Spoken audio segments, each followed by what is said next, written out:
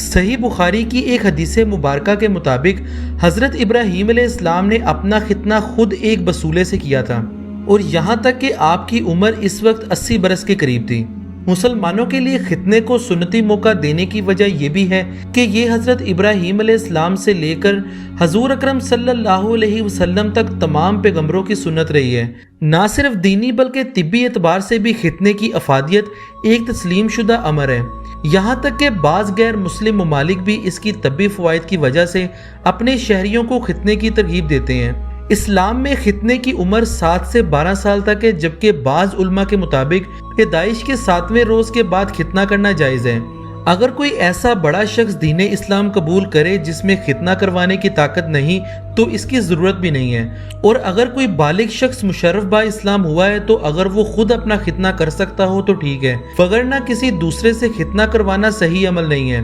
اولاد کا ختنہ کروانا باپ کی ذمہ داری ہے، اگر باپ نہ ہو تو پھر یہ عمل دادا یا خاندان کے کسی دوسرے سربراہ کی ذمہ داری ہے۔